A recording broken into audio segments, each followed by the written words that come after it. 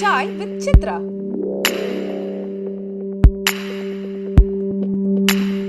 இன்றைய சாய் சித்ரா நிகழ்ச்சியிலே பங்கு பெறுகின்ற விருந்தினர் அயோத்தி பட இயக்குனர் ஆர் மந்திரமூர்த்தி. திரைப்பட இயக்குனராக வேண்டும் என்ற ஆசையிலே சென்னைக்கு வந்து 12 வருட போராட்டங்களுக்கு பின்னாலே ஆர் மந்திரமூர்த்தி இயக்கிய திரைப்படம் தான் அயோத்தி.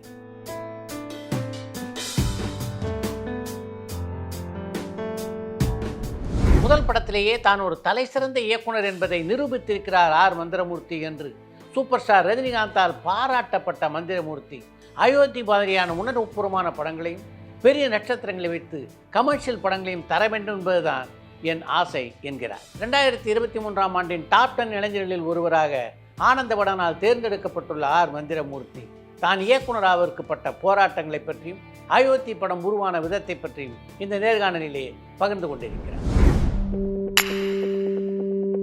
Chai with Chitra.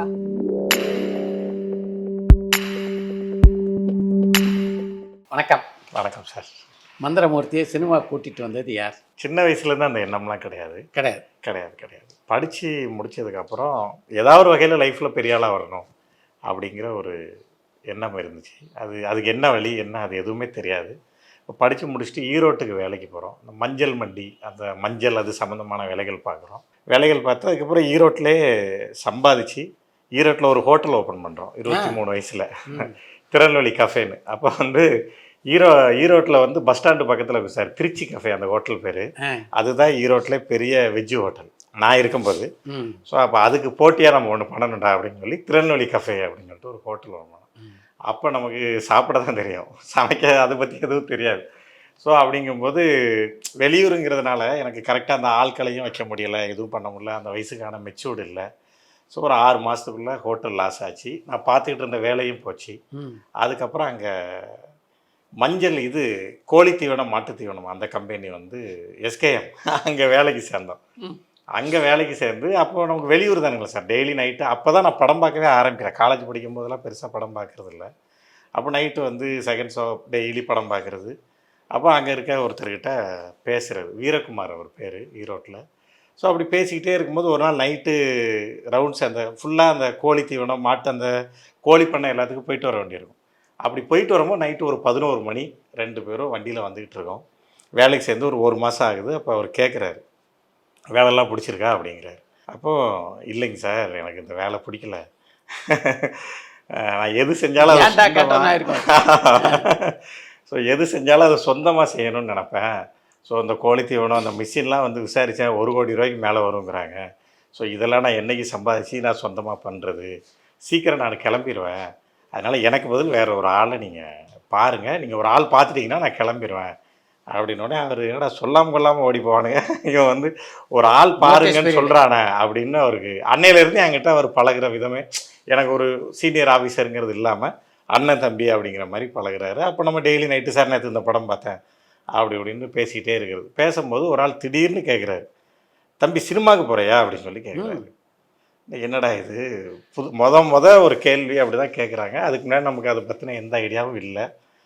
அவர் என்ன சார் ஒரு புதன்கிழமை கேட்டார், நான் திங்கக்கிழமை சென்னை வந்துட்டேன். அன்னைக்கு சாயங்காலமே ஆஃபீஸில் போய் அவர் மூலமாகவே சொல்லி அப்போ ஒரு 13 நாள் வேலை பார்த்துருந்தோம். அந்த 13 நாள் சம்பளம், அப்புறம் கொடுத்துருந்த அட்வான்ஸு, வீட்டு வாடகை அட்வான்ஸு, அது இதுன்னு எல்லாத்தையும் கலெக்ட் பண்ணி பைக் இருந்துச்சு, பைக் எடுத்து கொண்டு போய் நேராக ரயில்வே ஸ்டேஷன்லேருந்து சென்னையில் போட்டுட்டு நான் கிளம்பி ஊருக்கு போயிட்டு ஊரில் ஒரு 2 நாள் இருந்துட்டு அம்மாட்ட அம்மா ஈரோடு போயிட்டு வரேன் அப்படின்னு சொல்லி சென்னை வந்து சினிமான்னு சொல்லலை சென்னை வந்து இறங்கியாச்சு. இறங்கி நானே வந்து இங்கே மேனாக்காடு இருக்குது கோடம்பாக்கம் அந்த பிரிட்ஜுக்கிட்ட. ஸோ அவங்க தான் வந்து அவங்க எங்களுக்கு சொந்தக்காரங்க, நாங்கள் எல்லாம் ஒரே ஊர் தான், எங்கள் ஊர் பசங்க ஃபுல்லாகவே அங்கே வேலை பார்ப்பாங்க. ஸோ அவங்கக்கிட்ட ஒருத்தன்ட்ட சொல்லி அன்னைக்கே சூளைமேட்டில் ஒரு வீடை பார்த்து அன்னைக்கே அட்வான்ஸ் கொடுத்து பைக்கு வீடோட ஈவினிங்குள்ளே அங்கே செட்டில் ஆகிட்டோம். மறுநாள்ல இருந்து அப்படியே தேடி போனது தான் சார். சினிமாவில் தேடி போகிறீங்களான்னு சொன்னது தான் அவர் சொன்னது. ஆமாம், நமக்கு ஏதோ ஒரு வகையில் பெரிய ஆள் ஆகணும். அது அவருக்கு சினிமாவில் எந்த தொடர்பும் இல்லை. அவருக்கு அதுக்கப்புறம் பின்னாடி அவர் சினிமாவில் அசிஸ்டன்ட் டைரக்டர் ஆகணும்னு ஆசைப்பட்டு இங்கே ஒரு 7-8 வருஷம் இருந்து அவரால் ஆக முடியாமல் வீட்டு சூழ்நிலை சரியில்லாமல் கிளம்பி போயிருக்காருங்கிறத அவர் பின்னாடி தான் சொன்னார். அதனால தான் அப்படின்னு சொல்லி அவருக்கு இங்கனக்குள்ளே கொஞ்சம் லிங்க்குகள் அதெல்லாம் இருந்துச்சு, ஆட்களோட இதெல்லாம் இருந்துச்சு. அவங்க நம்பர்லாம் அப்புறம் கொடுத்தாரு. அப்புறம் அவங்கவுங்களாம் ஒரு ஆளையாக பார்த்து அப்படி தான் சார் நம்ம. என்ன தைரியத்தில் சினிமான்ட்டு வந்தீங்க சென்னைக்கு? இப்போ சின்ன வயசு அவர் என்கிட்ட கேட்டது 2 கேள்வி தான். ஒன்று என்னென்னா, ஒன்று வந்து நீங்கள் வந்து மாதம் மாதம் வீட்டுக்கு ஏதாவது பணம் கொடுக்கணுங்கிற இருக்கா அப்படின்னு சொல்லி கேட்டாங்க. ஸோ நான் அது இல்லை சார் அப்படின்னு சொல்லி சொன்னேன். சரி சப்போஸ் இங்கே வந்து ஒரு 7 வருஷம் ஆச்சு, 8 வருஷம் ஆச்சு, 10 வருஷம் ஆச்சு, ஒன்றுமே பண்ண முடியல, திரும்ப ஊருக்கு போனீங்க அப்படின்னா உங்கள் லைஃப்பை மறுபடியும் பார்த்துக்க முடியுமா அப்படின்னா, ஒன்றும் பிரச்சனை இல்லை சார், இருக்கவே இருக்குது, அப்பா கடை மற்ற விஷயங்கள்லாம் இருக்குது, நான் போய் உட்காந்துப்பேன் அப்படின்னோடனே, சரி அப்படின்னா நீங்கள் கிளம்புங்க அப்படின்னாரு. ஸோ அது ஒரு குருட்டு தைரியம் தான். வந்து பார்ப்போமே என்னென்னு, என்ன செஞ்சாலும் அதை பெஸ்ட்டாக செய்வோன்னு ஒரு நம்பிக்கை உண்டு. சரி இதையும் வந்து பார்ப்போமே அப்படின்னு சொல்லிட்டு தான் வந்துச்சு. சென்னைக்கு வந்து சினிமாவில் சேர என்ன முயற்சி பண்ணீங்க சார்? ஃபஸ்ட்டு ஒரு 20 நாள் என்ன பண்ணோன்னா, நேராக பைக் எடுத்துகிட்டு சாலிகிராமம் வருவேன். சாலிகிராமத்தில் அந்த டீ கடைகள் அங்கெல்லாம் போய் நிற்பேன். ஒரு டீயை வாங்கிட்டு நின்னாச்சு அப்படின்னா அங்கே ஃபுல்லாக அங்கே காவேரி கார்னர்னு ஒரு கடை இருக்குது. ஸோ இப்போ அதுக்கப்புறம் அங்கே போகிறதே இல்லை. அது என்னென்னா, நீங்கள் அங்கே போய் பைக்கை நிப்பாட்டுறீங்கன்னு வச்சிங்களேன், பைக்கு ஸ்டாண்டு போடும்போது 2 பேரும் பேசுவாங்க, அவன் ஒரு ஆட்டோக்காரன்னு அப்போ தான் அவங்களுக்கு தெரியும். அப்படி உள்ளே வந்தீங்கன்னா ஒருத்தன் வீட்டுக்குள்ளே பேய் வந்துருச்சு கதவை தட்டிக்கிட்டு, அதை தாண்டி நேராக அங்கே போனீங்க அப்படின்னா அவன் தான் கொலை பண்ணான்னு கூட இருக்கவனுக்கே தெரியாது. அப்படியே போனீங்கன்னா ஆனால் ஒரு 1/2 டீ கொடுங்க அப்படி. ஸோ ஒரு பைக்கை விட்டு இறங்கி டீ கடைக்குள்ளே போகிறதுக்குள்ளே நீங்கள் 4 கதையை கேட்டுடலாம். அப்படி தான் அந்த இடம் இருக்கும். ஸோ யார் யார் என்ன பண்ணுறாங்க, என்ன கேட்குறாங்க, அப்படி தான் ஒரு நாள் சாலிகிராமத்துலேருந்து திரும்பி தச்சலாக பார்க்க ஒரு உருண்டை சுற்றுது. ஓ இதான் ஏவிஎம்மா அப்படின்னு அப்போ தான் முதல்ல பார்க்குறேன். அப்போ என்னைய உள்ளே விடலை. உள்ளே போகும்போது வாசலில் இது பண்ணாங்க. அப்படியே கொஞ்சம் கொஞ்சமாக இது பண்ணிக்கிட்டே இருக்கும்போது வீரகுமாரன் அவர் என்னை அனுப்பிச்சி விட்டார் இல்லைங்களா, அவர் பேர் வீரகுமார். ஸோ அவர் வந்து ஒரு கான்டாக்ட் கொடுத்தாரு, சரவணான்னு சொல்லிட்டு ஒரு அண்ணன், அவரோட கான்டாக்ட் கொடுத்தாரு. அவர் வந்து ஸ்ரீனிவாசன் சொல்லிட்டு ஒருத்தர் கொடுத்தாரு. அவர் வந்து அப்போ ரேடனில் க்ரியேட்டிவ் ஹெட்டு அந்த இதில் இருந்தாங்க. ஸோ நான் அப்போவும் ஸ்ரீனிவாசன் சாரை போய் போய் பார்க்குறேன். இது வேலைக்கு சென்னைக்கு வந்து ஒரு 15-20 நாளில். ஸோ அவரை போய் பார்க்குறேன். அவரை போய் பார்த்தோன்னே, தம்பி சீரியல் வேணால் ஒர்க் பண்ணுறியா அப்படின்னு கேட்டார். ஒன்றும் பிரச்சனை இல்லை, நான் நிறைய பேர் சொன்னாங்க சீரியல் போகாதீங்க அப்படின்னு சொல்லி. நான் என்ன நினச்சேன் அப்படின்னா, முதல்ல உள்ளே போய்க்கிடுவோம், கரெக்ட், அதுக்கப்புறம் சீரியலாக இல்லைங்கன்னு நம்ம டிசைட் பண்ணிக்கலாம். முதல்ல இந்த கோட்டுக்கு இந்த பக்கத்துலேருந்து அந்த பக்கம் வரணும் இல்லைங்களா, அது ரொம்ப முக்கியம். யாரோ ஒன்றும் பிரச்சனை இல்லை, நான் வரேன் அப்படின்னோடனே ஓகே அப்படின்னு சொல்லிட்டு, அப்போ என்னோடய டைரக்டர் பேர் பாலாஜி யாதவ். அவர் வந்து அரசி அப்படின்னு சொல்லி ராதிகா மேம் டபுள் ஆக்ட் பண்ணிட்டு இருந்தாங்க. ஸோ அதுதான் சார் நான் வேலைக்கு சேர்ந்த சீரியல். எப்படி இருந்தது அங்கே பணியாற்றி அனுபவம்? ஒன்றுமே தெரியாது முதல்ல. அது ஒரே சீனை எதுக்கு இத்தனை தடவை எடுக்காங்க, ஏன்னா சினிமாவுக்கு வரணும்னு நினச்சவங்க முன்னாடி ஏதாவது படங்கள் பார்த்துருப்பாங்க, சினிமா எப்படி எடுக்கணுங்கிறதெல்லாம் பார்த்துருப்பாங்க. நமக்கு எதுவுமே தெரியாது, கிளம்பி நேராக வந்துட்டோம். அப்போது நான் போன அன்னைக்கு வந்து ஈசிஆர் ரோட்டில் ஒரு வீட்டில் ஷூட்டு, நிச்சயதார்த்த சீன். ஸோ மழை, கிட்டத்தட்ட 3 மணிக்கெலாம் போய் அந்த வீட்டில் போய் உட்காந்துட்டேன். காலைல 6 மணிக்கு வருவாங்க அப்படின்னா, நான் வந்ததுக்கப்புறம் தான் வேனு மேனேஜர்ஸ் எல்லாமே வந்தாங்க. ஆரம்பிச்சது ஒரு வாரம் 10 நாள், சொல்லப்போனால் ஒரு 2 மாதமே ஒன்றுமே புரியலை. என்னென்னா, என்ன வேலை சொன்னாலும் செய்வேன். அது வாங்கிட்டு வா, இது வாங்கிட்டு வா, கையில் பைக் இருக்கும், டைரக்டர் என்ன வேலைக்கு அனுப்பி விட்டாலும் இதனால் சொன்னால் செய்வேன், மற்றபடி நமக்கு எதுவுமே தெரியாது. அப்படி தான் அந்த சீரியல் ஒரு 3 மாதம் ஒர்க் பண்ணேன். அதுக்கப்புறம் சிவசக்தின்னு ஒரு சீரியல், அதே டைரக்டர் வந்து ஹோம் மீடியாவில் பண்ணாங்க. அதில் ஒரு 10 மாதம் வேலை பார்த்தேன். அதில் தான் நமக்கு சீரியல் என்னங்கன்னா சார், ஒரு நாளைக்கு ஒரு 6-7 சீன் எடுப்பாங்க. ஆமாம். அப்போ 7 தடவை காஸ்டியூம் சேஞ்ச் பண்ணணும், 7 தடவை ஆர்ட் டிபார்ட்மெண்ட்டில் அதுக்கான ப்ராப்பர்ட்டி ரெடி பண்ணணும். ஸோ அப்படிங்கும்போது எங்கள் டைரக்டர் ஒரு நாளைக்கு அவர் எடுக்கிற ஃபுட்டேஜ் வந்து 40 நிமிஷம் வரும், 35 to 40 நிமிஷம். அவர் ஒரு நாள் காலையில் இருந்து 9 to 9 சீரியல் ஒரு கால் சீட்டு. ஸோ அதை எடுத்தார் அப்படின்னா 40 நிமிஷம் ஃபுட்டேஜ் வந்துடும். ஸோ அப்போ 7 தடவை, அப்போ ஃபுல்லாக பெண்கள் தான் ஜாஸ்தியாக இருப்பாங்க சீரியல். அவ்வளோ விருப்பம், பட்டு படம் சேஞ்ச் பண்ணி அதை பண்ணி இதை பண்ணி எல்லாம் இருக்கும். பட் நம்மளை அறியாமலே ஃபாஸ்ட்டாக ஒர்க் பண்ணுற அந்த தன்மை வந்துச்சு. அதுக்கப்புறம் வந்து எழுதவும் கற்றுக்கிட்டேன், என்ன ஏதுன்னு சொல்லிட்டு எழுதவும் கற்றுக்கிட்டேன். எங்கள் டைரக்டர் என்ன அப்படின்னா, நமக்கு ஒரு வாய்ப்பு கொடுப்பாரு, டே இங்கே வாடா அப்படின்னு சொல்லி கூப்பிட்டு அவங்களுக்கு போய் டைலாக் சொல்லி கொடு அப்படிம்பார். இன்றைக்கி தான் சேர்ந்துருக்கான்னு பார்க்க மாட்டார், இத்தனை வருஷம் எக்ஸ்பீரியன்ஸ்லாம் பார்க்க மாட்டார். ஒரு ஜூனியர் ஆர்டிஸ்ட் போய் டைலாக் போகிற அப்படிம்பார். நம்மளை தள்ளி நின்று வாட்ச் பண்ணுவார், இவன் என்ன பண்ணுறான் அப்படின்னு சொல்லி வாட்ச் அதை நம்ம சின்சியராக பண்ணோன்னா கூப்பிடுவார். கூப்பிட்டு டேய் அந்த ஆர்டிஸ்ட் டைலாக் பாரு அப்படிம்பார். நம்ம ஒரு வேலையை கொடுத்தா நம்ம அதை சின்சியராக பார்க்குறோமா அப்படின்னு பார்த்துட்டு அதை பண்ணிக்கிட்டே இருப்பார். அப்போ அப்படி தான் ஒரு நாள் நான் வந்து ஒரு சீன் டைலாக் எழுதி கொடுத்தேன். டைலாக் எழுதி கொடுத்தோன்னே ரைட்டர் கையில் தான் கொடுத்தேன். ரைட்டர் கையில் கொடுத்தோன்னே அவர் படிச்சுட்டு நல்லா இருக்குது அப்படின்னு சொல்லிட்டு அவர்கிட்ட கொடுத்தேன். அவர் படிச்சுட்டு, என்ன சார் ஒரே 2 சீன் எழுதியிருக்கிறேன், ஒரே சீன் 2 தடவை எழுதியிருக்கீங்க, இல்லை ஒன்று நான் இன்னொன்று மூர்த்தி, அவனுக்கு எதுக்கு இந்த வேண்டாத வேலை அப்படின்னா, இல்லை சார் எழுதியிருக்காங்க. அதில் ஏதாவது உங்களோட குத்து எதுவும் இருக்கா அப்படின்னாரு. இல்லை இல்லை, இது முழுக்க முழுக்க அவன் குத்து தான், அவன் தான் பண்ணியிருக்கான் அப்படின்னோடனே ஓகே நல்லா பண்ணியிருக்கானே அப்படின்னு சொல்லிட்டு என்னையே நேரில் புகழ மாட்டார். ஆனால் தள்ளி இருந்து பார்த்தா சொல்லுவார் என்ன ஏது இவன் என்ன வேலை பார்க்கா அப்படின்னு சொல்லி கூப்பிட்டு ஒரு வாய்ப்பு கொடுத்ததுனால ஒரு 1 இயரில் எனக்கு ஓரளவு நல்லா கற்றுக்கிற மாதிரியான விஷயங்கள் அமைஞ்சது. அதுக்கப்புறம் உங்களுடைய பயணம் எங்கே தொடர்ந்தது? அதுக்கப்புறம் சார் எனக்கு சீரியல் பிடிக்கல. ம். மாமியா லேட்டாக வரா, மருமக வந்து அவளை தூக்கி அந்த மாதிரியான சீன்ஸ் எல்லாம் ஒரு வீட்டுக்குள்ளேயே மாமியா மருமக அப்படிங்கும்போது இல்லையே நம்ம எக்ஸ்போஷர் இல்லை. இதுக்காக நம்ம வரலையே அப்படின்னு சொல்லிட்டு நம்ம என்ன பண்ணுவோம் அப்படின்னா, மாதத்தில் ஒரு 20 நாள் ஷூட் இருக்கும், மீதி ஒரு 10 நாள் இருக்கும் இல்லைங்களா. இந்த 10 நாளில் என்ன பண்ணுவோம்னா காலையிலே ரெஸ்யூம் ரெடி பண்ணிட்டு இருக்கிற எல்லா Lingusamy sir office, Vasanthabalan sir office, Bala sir ஆஃபீஸா எல்லாரோட ஆஃபீஸ்லேயும் என்னோடய ரெஸ்யூம் குறைஞ்சது 100ஆவது இருக்கும். ஹரி சார் ஆஃபீஸு யாரையாவது நேராக பார்க்கக்கூடிய வாய்ப்பு இருந்ததா? ஹரி சார் மட்டும் பார்த்துருக்கேன். ஹரி சார் பார்ப்பேன். அவர் வந்து வாங்குவார், இப்படி பார்ப்பார். ஒரு கடத்துக்கு மேலே தம்பி நேற்று தானே தம்பி வந்தீங்க அப்படிம்பாரு. இல்லைங்க சார் இன்னைக்கு அது என்னென்னா ஹரி சார் அப்படின்னா பாலத்துக்கு கீழே வெடி வச்சுட்டாங்க, இப்போ இது எப்படி அப்படின்னு எழுதுறது. வசந்தபாலன் அந்தந்த டைரக்டரு என்ன டேஸ்ட்டோ அந்த டேஸ்ட்டில் ஒரு சீன் பேப்பர் ஒன்று நம்மளே ரெடி பண்ணி அதில் ரெஸ்யூமை ஃபிட் பண்ணி கொண்டு போய் கொடுக்குறது. கையெழுத்து நல்லாயிருக்கும். அங்கே அந்த ஆஃபீஸில் இருக்கவங்களாம் பழக்கமாக வாங்க, பட்டு யாருமே சேர்த்துக்கவே இல்லை. இப்படியே போய்கிட்டு இருக்கும்போது தான் பிரபாகரன் சொல்லிட்டு ஒரு அண்ணன், அவர் வந்து விஎஸ்எட் துரை முகவரி தொட்டிச்சேர்லாம் பண்ணாங்க, அவர்கிட்ட கோடைரக்டராக இருந்தார். நான் அவரையும் ஃபாலோ பண்ணிகிட்டு இருந்தேன். அப்போது ஒரு நாள் ராத்திரி ஒரு 11 மணிக்கு கூப்பிட்டேன், தம்பி ஆஃபீஸ் வர முடியுமா அப்படின்னு. சாமியார் மடத்தில் ஆஃபீஸு. அப்போது 11 மணிக்கு போனால் நாளைக்கு காலையில் ஷூட்டு, ஜாயின் பண்ணிக்கிறியா, கிளாப் அடிக்கிறதுக்கு ஆள் வேணும். நான் அதுக்குள்ளே சீரியலில் வந்து டைலாக்லாம் எழுத ஆரம்பித்து இப்போ ஷூட்டிங் ஸ்பாட் போனால் சேர் போட்டு டைலாக்லாம் எழுதுகிற இடத்துக்கு வந்தாச்சு. ஒரு நல்ல ஒரு சென்னையில் லீட் பண்ணுறதுக்கு ஒரு 15,000 சம்பளத்துக்கு வந்துட்டோன்னு வச்சுக்கோங்களேன். 1000 ரூபா சம்பளம், 4லேருந்து கிளாப் அசிஸ்டண்ட்டு வேலைக்கு வரீங்களான்னு கூப்பிட்டோன்னே அப்படியே எங்கள் டைரக்டர்கிட்ட போயிட்டு, சார் இந்த மாதிரி படம் தான் சார் வேலை பார்க்கணும். சரி நல்லபடியாக போயிட்டு வாடா அப்படின்னு சொல்லி மறுபடியும் வேலைக்கு சேர்ந்த படம் தான் 6 கேண்டில். ஸோ 6 கேண்டிலில் வேலை பார்க்கும்போது என்னாச்சு அப்படின்னா, நாங்கள் ஒரு நாளைக்கு 7 சீன் எடுக்கிறோம், இவர் ஒரு சீனை 7 நாள் எடுக்கிறாரு. அது என்னடா இது அப்படின்னா அப்போ தான் அந்த பர்ஃபெக்ஷன் புரிஞ்சுது. ஒரு சீனை எடுக்கிறாருன்னா அதுக்கு எவ்வளோ வேலை இருக்குது, என்ன செய்யணும், ஒரு சினிமா என்ன அப்படின்னா. அந்த படமும் நல்ல டைம் எடுத்து பண்ணாங்க. ஒரு 6 கெட்டப் இருக்கும் சாம் சாருக்கு. ஒரு 2.5 வருஷம் ஷூட் போச்சு.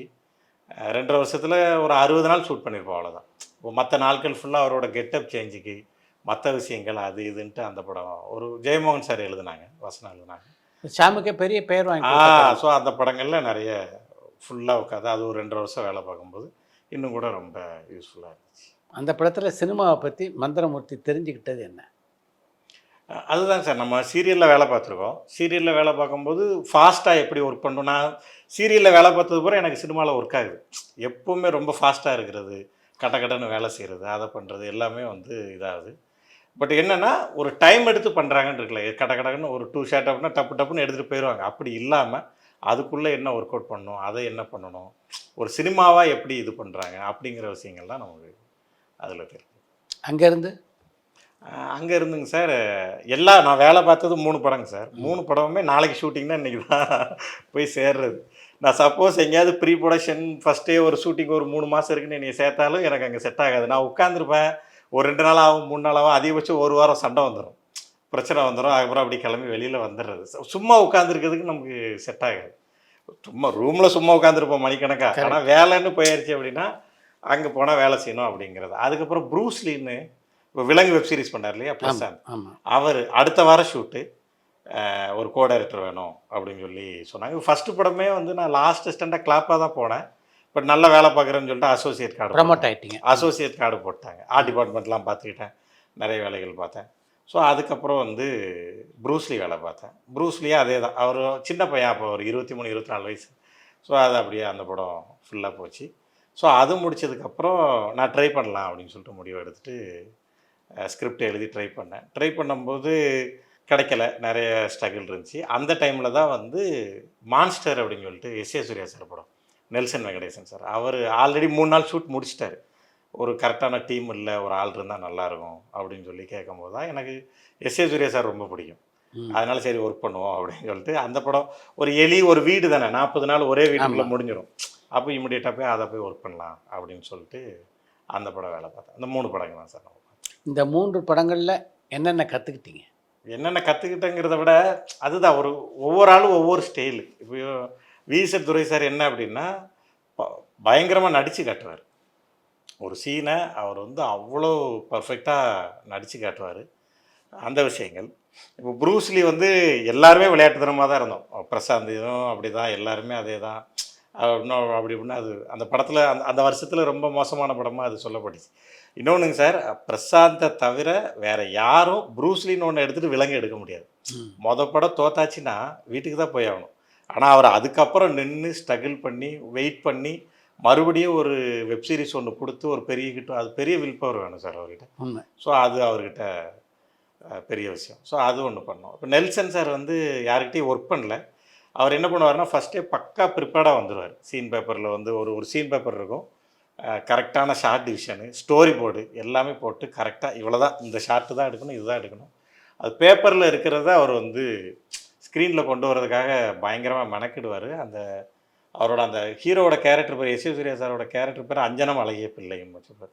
ஸோ அந்த கேரக்டர் அவர் சில time S A Suriya sir கொஞ்சம் எக்ஸ்ட்ராவாக பெர்ஃபார்ம் பண்ணுவார். இல்லை சில டைம் அதெல்லாம் இல்லை சார் இவ்வளோ தான் இருக்கணும், அஞ்சனம் அழகிய பிள்ளைன்னா இவ்வளோ தான் இருக்கணும், இதுக்கு மேலே போகக்கூடாது அப்படின்னா அதை எஸ் ஏ சூர்யா சாரே பாராட்டுவார். அதாங்க கரெக்டாக பிடிக்கிறீங்க கரெக்டாக அப்படின்னு சொல்லிட்டு அவர் சொல்லிட்டே இருப்பார்.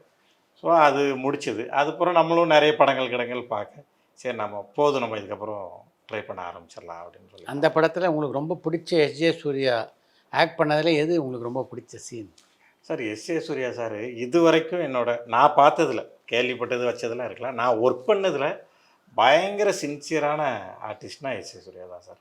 நீங்கள் அவர்கிட்ட ஒரு சாதாரண சீனை கொடுத்தா கூட அவர் வந்து அதை ரொம்ப நல்ல சீனாக மாற்றிடுவார். அதில் எஃபர்ட் போட்டுகிட்டே இருப்பார். காலையில் வந்த உடனே கேரவன் கூப்பிட்டு வந்தோடனே சீன் பேப்பரை ஃபுல்லாக ஏற்றுவார் உள்ளுக்குள்ளே. ஏற்றி அவர் கவுண்டர் டைலாக் நான் பேசுவேன், அந்த டைலாக் அவர் பேசுவாங்க. அப்படியே பிடிச்சி போவார். ஒன்ஸ் அவருக்கு அந்த டைலாக் அந்த சீன் பேப்பர் எல்லாமே மனப்பாடம் ஆயிடுச்சுன்னா 3 மாதம் கழிச்சு 4 மாதம் கழிச்சு ஒரு அந்த சீன் பாதி எடுத்திருப்போம், மீதி எடுக்கிறதுக்கு ஒரு அடுத்தல ஒரு 15 நாள் ஆகும்ல சார் அந்த சீன் அப்படின்னா இதான டைலாக் அப்படின்னா அப்போவே ஃபுல்லாக சொல்லுவார்.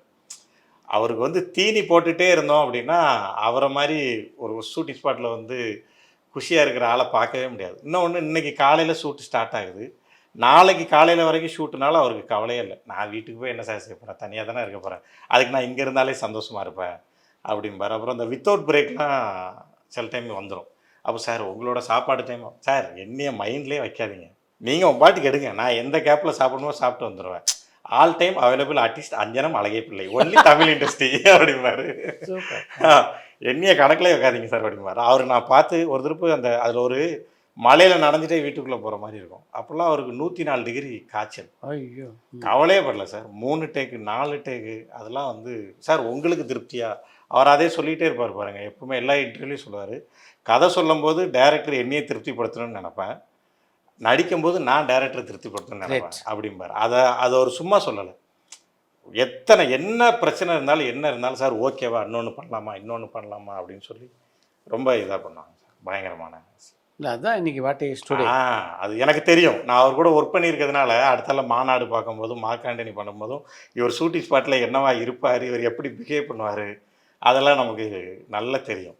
ஸோ அது பார்க்கும்போது சின்ன சீனை கூட அவர் பயங்கரமாக எடுத்துகிட்டு வந்துடுவார் சார். பெரிய ஆள் தான். 12 முறை பார்த்த படங்கள் என்னென்ன சார்? நிறையங்க சார். Baahubali first part second part ரெண்டுமே வந்து 17-18 தடவை பார்த்துருக்கேன். சுந்தரபாண்டியன் ஒரு 12 தடவை பார்த்துருக்கேன். அது எல்லா படமுமேங்க சார். இந்த காலகட்டத்தில் உங்களை ஈர்த்த இயக்குனர்கள் அப்படின்னு யாரெல்லாம் சொல்லலாம் சார்? நான் அதை மறுபடியும் சொல்கிறேன், Bharathiraja sir, Bhagyaraj sir. So இப்போ நம்ம இந்த லாக்டவுன் வந்துச்சு இல்லைங்களா, அப்போ பாக்யராஜ் சாரோட ஃபஸ்ட்டு படத்தில் இருந்து கடைசி படம் வரைக்கும் தினம் ஒரு படம் போட்டு பார்க்குறேன். இன்றைக்கி அந்த 7 நாட்கள் பார்க்குறோம், நாளைக்கு முந்தான முடிச்சு பார்க்குறோம், இது நம்ம ஆள் பார்க்குறோம், என்ன பண்ணியிருக்காரு. முதல்ல நீங்கள் எழுதின கதை என்ன சார்? முதல் எழுதின ஒரு 3-4 கதைகள் வந்து நம்ம வாழ்க்கையில் நடந்திருக்கும் இல்லையா, அன்மைச்சோட நம்ம காலேஜ் படிக்கும் போதோடு நடந்திருக்கோம், அதை ஒரு கதையாக பண்ணுறது. நம்ம யாரையாவது காதலிச்சிருப்போம், அதுதான் உலகத்திலே பெரிய விஷயமா தெரியும். பரபரப்பான சினிமா செய்திகள், நட்சத்திரங்களின் பேட்டிகள், சினிமா வரலாறு ஆகியவற்றை பார்க்கவும் படிக்கவும் உங்களுக்கான இணையதளம் tourantalkies.co.